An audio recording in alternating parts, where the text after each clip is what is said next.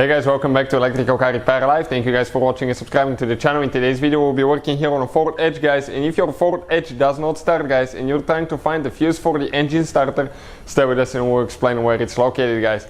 Quick introduction, guys. Every single car we get at the shop, including this generation Ford Edge, we make at least 200 videos. Why, guys? Because our mission here at the shop is to save you as much money as we can. So please, guys, subscribe to the channel, like the video, and hopefully you will find the information helpful.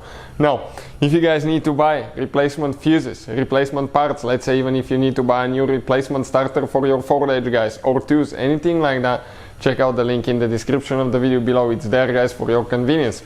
Also, you can find parts and tools for a really good price, guys, and save even more money. I'll go ahead, open, guys. Okay, open the hood and I'll show you where you can expect to find the engine starter fuse on Ford Edge first generation, guys. This right here particularly, it's a 2009 Ford Edge that we'll be demonstrating on, and we'll explain, guys, where you can find that fuse. Now, as you know, we have two fuse boxes, one outside, one inside. We need to work on this fuse box right here. Okay, this is, guys, the fuse box that we'll be working on. So we need to open it. Okay, and how we do that? Simply, guys, press in here and pull up. Okay, and I can even disconnect it, okay, like that. So on the back side of the fuse box, the cool fact about it is that you can see the fuse numbers and the relays printed, but what you cannot see is the description of those fuses and relays, so you don't know what they're for, guys, which makes it super inconvenient. In our case, guys, that's why we decided to make the video. If you have a Ford Edge that doesn't start and you're trying to find the engine starter fuse, we'll explain where it's located. And the fuse, guys, okay, looking here, okay, it's fuse number 41. Fuse number 41, guys, this one right here.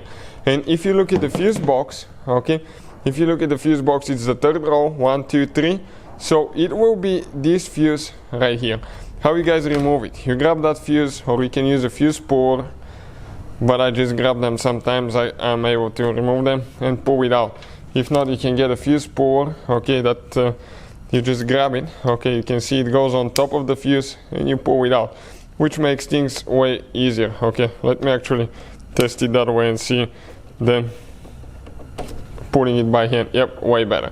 So this is, guys, the fuse. Now, if you need to buy a replacement fuse, we'll have the link in the description of the video below, guys, so you can see where you can get one from. Usually you can tell if it's burned by looking at the fuse here and looking through the glass. If the elements, you have two elements, one of them is burned, most likely the fuse is burned. We have a video on the channel that explains how to test a J-case fuse as well and know for sure if it's good or bad. Then all we have to do, get the new one, guys. Okay, get that new fuse and push it in. Okay, after you push it in, guys, don't forget to install your fuse cover. Why?